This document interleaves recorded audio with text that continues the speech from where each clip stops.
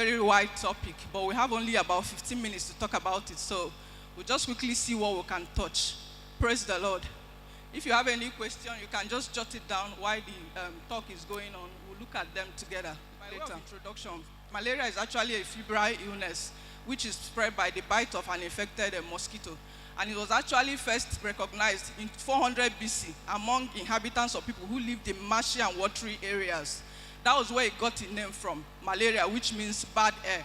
Because the Roman people then actually thought it was as a result of bad smell originating from the marshy areas. In terms of cause, it's caused by an organism called Plasmodia. It's actually a family, and it has different children that cause malaria, different species. And we have the falciparum, the vivas, and the rest. But the commonest is actually the falciparum.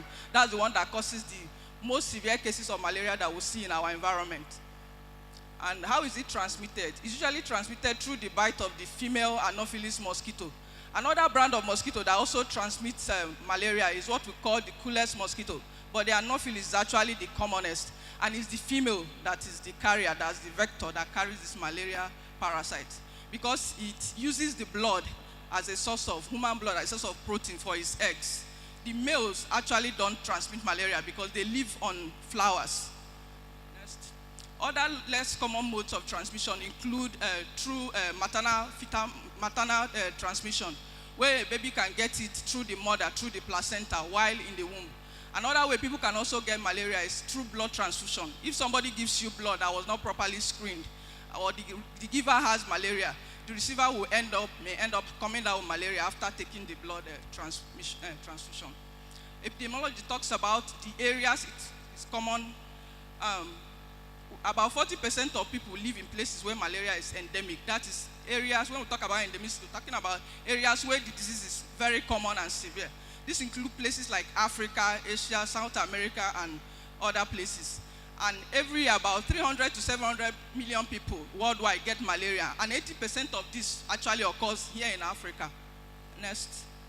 And in terms of death, it kills about 1 million to 2 million people every year. And 90% of these deaths occur here in Africa. And most of the people who die from malaria are actually children. They are said to be vulnerable group, as well as pregnant women.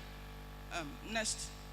What are the things you look out for? What are the clinical features, the symptoms you start having, and then you will say, okay, you have malaria.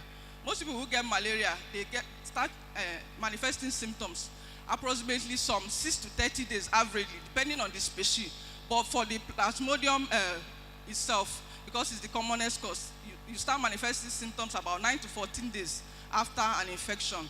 And in children, the most common symptoms are usually fever and vomiting, as in the temperature will go very high. And the febrile stages, that is period where the person has the fever, it has about 3 stages. We have the cold stage, the hot stage, and the sweating stage. During the cold stage, you feel very, very cold, you shiver, you may vomit, and this stage actually lasts for about 2 hours or less. After that, the person enters into the hot stage, where the person comes down with severe headache, nausea, vomiting, the fever goes very high, the temperature becomes very high, can be as high as 41 degrees C. And then this may last for up to 3 to 6 hours. It's usually at that stage that the child may convulse because the temperature becomes very, very high. Then we have the last stage, which is the sweating stage, where the person starts sweating profusely.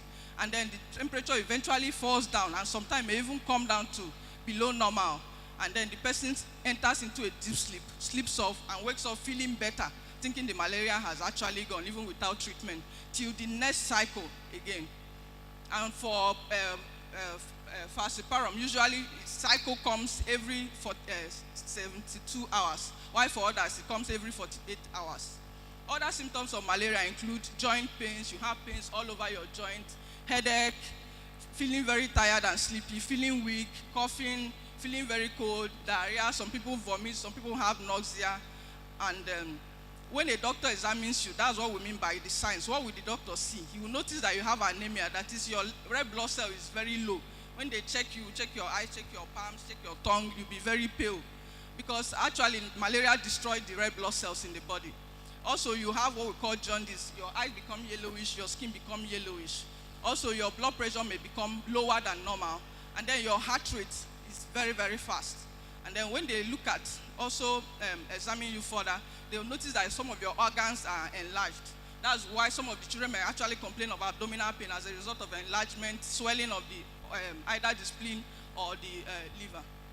To make a diagnosis, usually in an endemic area like Nigeria and parts of Africa, where it's very, very common, we can actually make a diagnosis of malaria clinically based on the history of fever. And however, any clinical diagnosis made must actually be backed up and confirmed by a laboratory investigation to confirm it.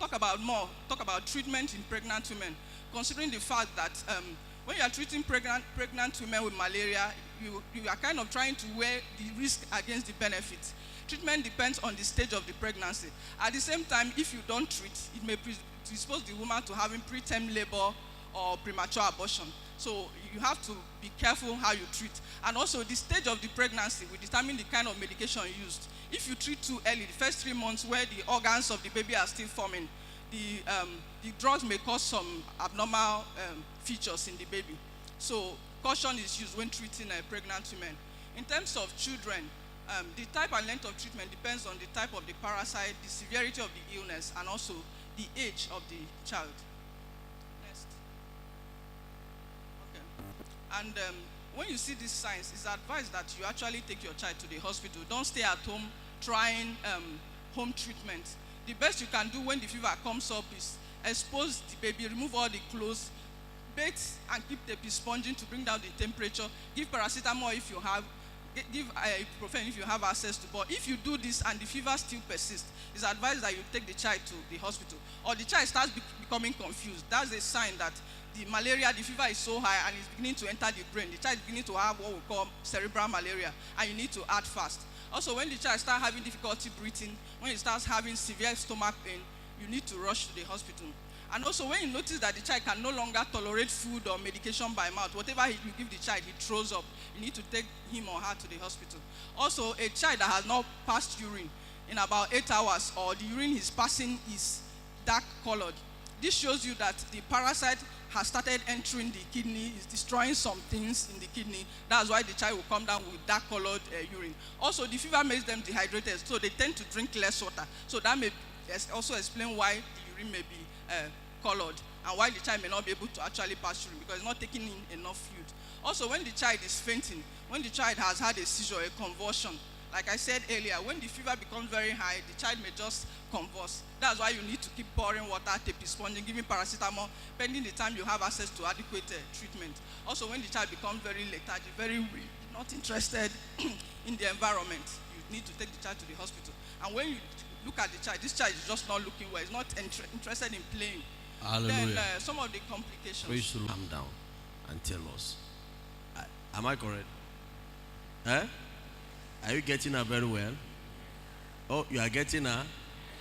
As far as I'm concerned, it's recitation. Can prevent it from occurring. First of all, is by trying to control the mosquitoes. And then also, secondly, by keeping the mosquitoes from biting us. And also by taking some medicine, what we call prophylaxis, to prevent it. Next slide, please. In terms of controlling malaria, what we call vector control, we make sure we clean our environment, clear the drainage site, because most times the mosquito lays its eggs in stagnant waters. So when you have stagnant water, especially now that it's rainy season around you, you need to make sure you clear the gutters, clear every drainage ditch around you. And also, even if you have empty pots, empty things around where water can collect and stay for a while, you need to clear it. And also, one of the most useful methods in controlling mosquito is use of pesticide, where we have Begon, we have different ones, Mobile, and the rest of them. And also, bear in mind that the fact that adult mosquitoes tend to hide a lot behind cupboards, in clothes, in curtains, in wardrobes, and in dark corners, especially during the day. And then at night, they come out to bite. It's also important to try to minimize these hiding places. And you can do this by making sure that all your cupboards and the wardrobes are closed during the day. And then you don't hang clothes around all over the room in different corners. And then make sure you keep your things well arranged inside the wardrobe and cupboards. And then the second point, keeping mosquitoes from biting, we can do that by making sure we wear protective clothing. Usually they tend to enter the house between 5 p.m. and 9:30 p.m. and then during the early hours of the morning. So you can try to close your windows around this period to make sure they don't come in. And then they start biting by late evening and peak during midnight and early hours of the morning. So during this period, you can also wear protective clothing, long sleeve shirt, long trousers, wear socks, if possible, wear gloves. We also have mosquito repellent creams that you can apply to your skin that will help protect you from mosquito bites. Next. Also, we can also use pesticide like I talked about. Then if you have to sleep outside, make sure you sleep inside a mosquito net. Also, make sure your doors and windows are adequately covered with fine mosquito nets. And then if you can afford, you can use air conditioners or fans in your room, because it's been known that mosquitoes, they don't tend to do well in areas that are very cold at night. And then talking about chemoprophylaxis, this is also very, very important for those who are traveling to areas that are have high population or high incidences of malaria.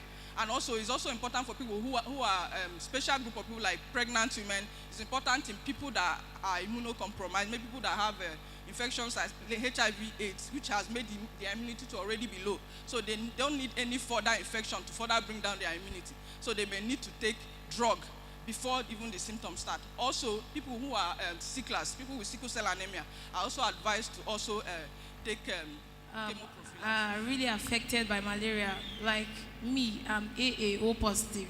Whenever I'm sick, I'm down with malaria. I feel like I'm seeing ghosts. I want to faint. I want to die. I don't know but that genotype and blood group, they are supposed to be the strongest. Why is it that we are always prone and affected whenever mosquito bites us? Thank you, ma'am. Praise the Lord. I would like to know what's the effects of the malaria cream. The effects of the cream on one's skin. Cream? Yes. The effects of what? Cream? Yes, the malaria cream. Malaria cream. Does it have effects on one's skin? Repellent.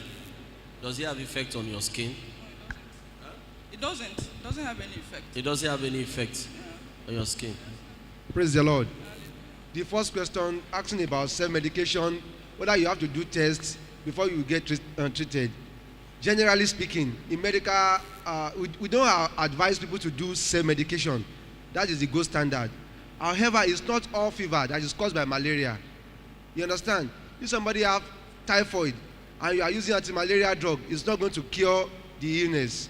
So what you are trying to emphasize is that you need to get to the root cause of the illness, because somebody can have about the same the fever of malaria is descriptive, but it will describe itself. For example, if you come to this church, you say you are looking for a pastor that is wearing a blue suit with a blue tie, red. You are talking about Pastor, Pastor Sani. So every fever, everything have their own description. So without understanding, without history, you are able to say it's most likely to be malaria. For example, in malaria, the fever normally comes in the evening. You understand?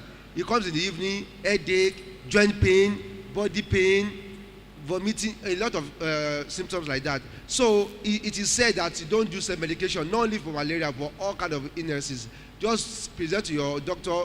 You direct it to to do the necessary tests. So that's just what you are talking about. So the second thing is genotype and malaria.